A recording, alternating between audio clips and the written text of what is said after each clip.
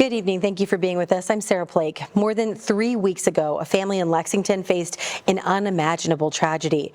A 5-year-old, Alistair Lamb, died in a house explosion after crews struck a gas line.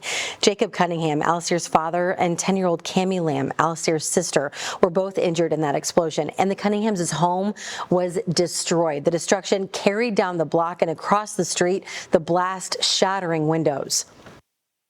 She told me that the house was gone, and I thought she was speaking metaphorically until I saw the footage.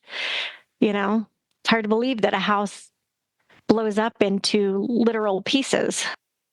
And today, the tight-knit community saw an outpouring of support from nearly 200 motorcyclists. KSHB 41's Lily O'Shea Becker brings us those voices. If you've ever wondered what a bike ride for a good cause looks like, well, this is it. There are hundreds of bikers out here supporting the Lexington family that was affected by the house explosion earlier in April, and they are still rolling in. Firestorm Charities. It's a local brother and sisterhood that rides for good causes, says president and founder Kyle Harrison. When one of us is down, we're all there for each other. In early April, a 5-year-old died, and his sister and father were critically injured in the house explosion in Lexington, Missouri.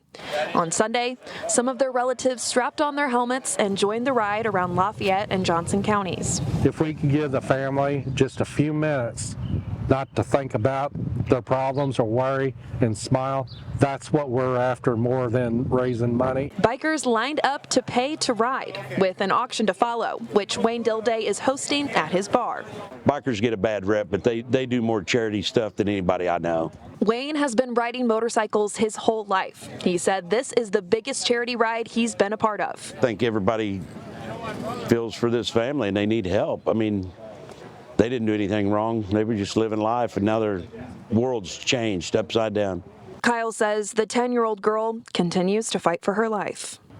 Keep the family in your prayers. And the little girl,